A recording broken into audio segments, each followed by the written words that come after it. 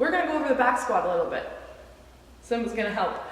A lot of people want to be stronger and they assume that they don't back squat well because they're just not strong enough, which might be one case, but there's also a lot of skill and technique that needs to be worked on in the back squat, and by improving a few things, you can probably get a little bit heavier of a back squat. The first thing I'm going to talk about is bracing, which is the first thing you should do when you pick the bar up off the rack. We want to think about taking a breath in, creating as much tension in your torso as you can. You want to expand your abdomen, breathe in through your diaphragm, create as much pressure as possible.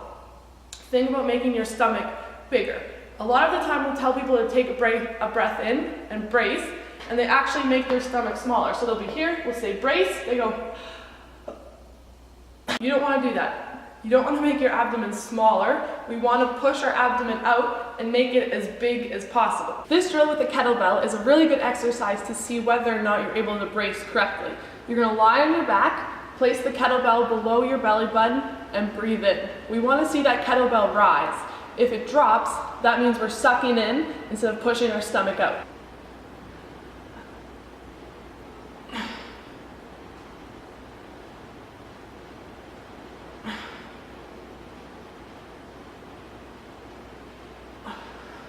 When you get set up for the back squat, you want your hands just outside of your shoulders with your full palm around the bar. We want to think about squeezing our shoulder blades back and pushing up on that bar a little bit. A lot of the times people just let the bar sit passively, or they'll actually start to pull the bar down on themselves as we squat, and we don't want that. That's making your job harder. So squeeze those shoulder blades back, push up on the bar.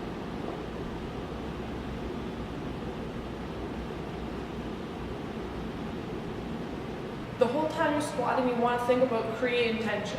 We've already talked about creating tension in our upper back by pushing up on that bar, squeezing our shoulder blades back. But as you start to squat, you also want to create tension through your legs. You're going to stay nice and controlled on the way down, building tension. Think about squeezing your legs, keeping that brace we talked about, so when you hit the bottom, we can stand back up again. Think of your muscles in an elastic. On the way down, we're stretching them, stretching them, stretching them. When we hit the bottom, we let go, and we'll stand up. You're going to take your brace, creating your... So once you pick the bar up, you want to brace yourself, making the abdomen as rigid as possible, filling it up with air. You're going to hold that throughout the whole squat. We're going to stay nice and controlled on the way down, so we can spring back up. You don't want to pause in the bottom at all, pushing up on that bar the whole time.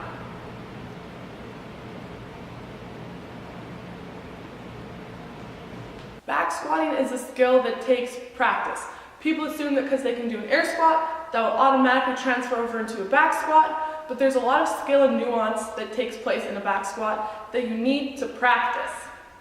You're not just going to get better and stronger at your back squat if you don't do them. So if that's something you want to improve, come on in, start practicing a little bit more, we can help you out with it.